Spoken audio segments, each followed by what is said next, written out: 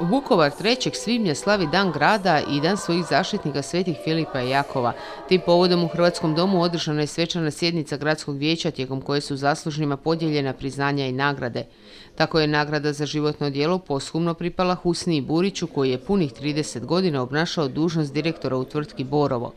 Jadranka Beresford-Pierce dobitnica je medalje grada Vukovara za veliki doprinos u obnovi spomenika kulture u Vukovaru.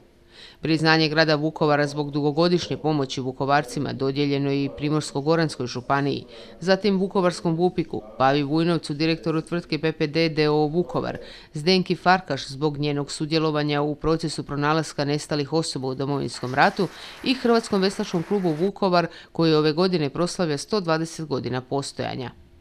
Plakete grada Vukovara dobili su tvrtka Anđelo d.o.o. Vukovar i Udruga za zaštitu životinja Daj šapu. Svečanoj sjednici gradskog vijeća u Vukovaru nazočili su ministri hrvatskih branitelja, policije i poljoprivrede Predrag Matić Fred, Ranko Ostojić i Tihomir Jakovina, te predstavnici brojnih gradova prijatelja iz cijele Hrvatske. Obraćajući se nazočnima na svečanoj sjednici, gradonačelnik Vukovara Željko Sabo i predsjednik gradskog vijeća Tomislav Čanak izrazili su vjeru u bolju budućnost ovog napaćenog i u ratu razrušenog grada, argumentirajući takve navode najavom velikih investicija čija bi realizacija mogla početi još ove godine.